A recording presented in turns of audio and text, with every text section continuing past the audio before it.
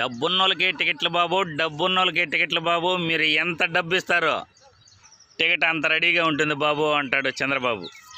అదేవిధంగా 175 నియోజకవర్గాల్లో కూడా డబ్బు ఎవరు ఎక్కువ ఇస్తారు, ఎవరు ఎక్కువ ఖర్చు పెట్టుకుంటారు, పార్టీ ఫండ్ ఎవరు ఎక్కువ ఇస్తారు, నియోజకవర్గాల్లో ఎవరు ఎంత ఖర్చు పెట్టుకుంటారు, వాళ్ళకే టికెట్లు ఇప్పటి వరకు 135 నియోజకవర్గాలలో ఆయన అభ్యర్థులను ప్రకటించడం జరిగింది.